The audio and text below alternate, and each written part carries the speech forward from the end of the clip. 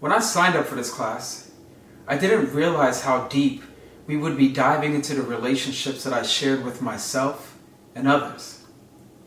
Communication climate, reflected appraisal, stereotyping, emotional cognition, and nonverbal communications were the key terms I was able to reflect on this semester. Communication climate sets the tone of a relationship. Communication climate is what makes a relationship pleasant and unpleasant. It is a behavioral trait that leads to either defensiveness or positive feelings. I've noticed how the communication climate has changed from when I was a teenager to an adult with my father. An example of this was during my teenage years. My opinion wasn't necessary. My father had final say in everything, which made me feel unheard. Today we have a more open dialogue that has led to us both feeling heard and appreciated.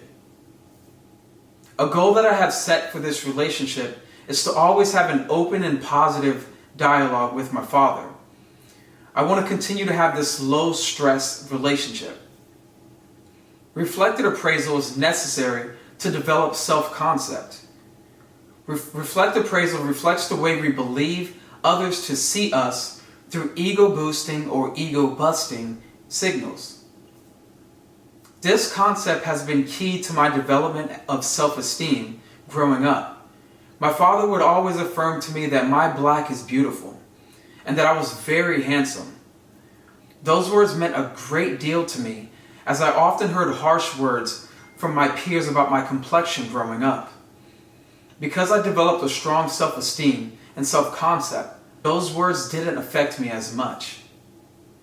Understanding the value of reflected appraisal, my goal would be to always help develop self-concept with everyone I encounter. When generalization loses touch with reality, this leads to stereotyping. Stereotyping is when someone makes an assumption towards something based off of your own limited personal experiences. This could be positive or negative. Stereotyping could be subjective as well. I noticed stereotyping in my relationship with my father when I decided to grow my hair and get locks. My father always had a negative stereotype towards locks and didn't want those to be projected onto me. He eventually softened his stance when the negative stereotype didn't follow me because of the way I presented myself. A goal that I've set for myself is to never be the one to generalize a group of individuals based off of limited information.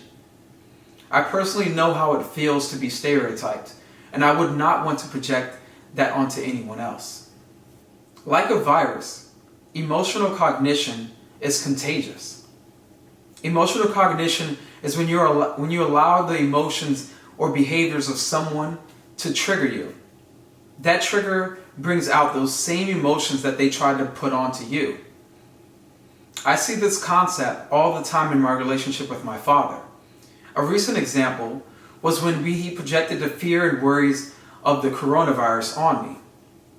When he worries so much about me, I then start to worry about things that didn't bother me.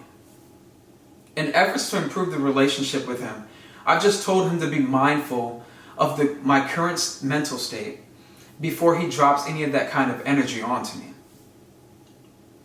Nonverbal communication is very vital.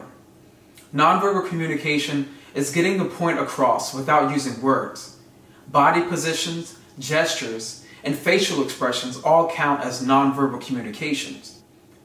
My father needed very few words to get my siblings and I to act right whenever we were misbehaving in public. He gave us a look that was equivalent to looking into the depths of your soul.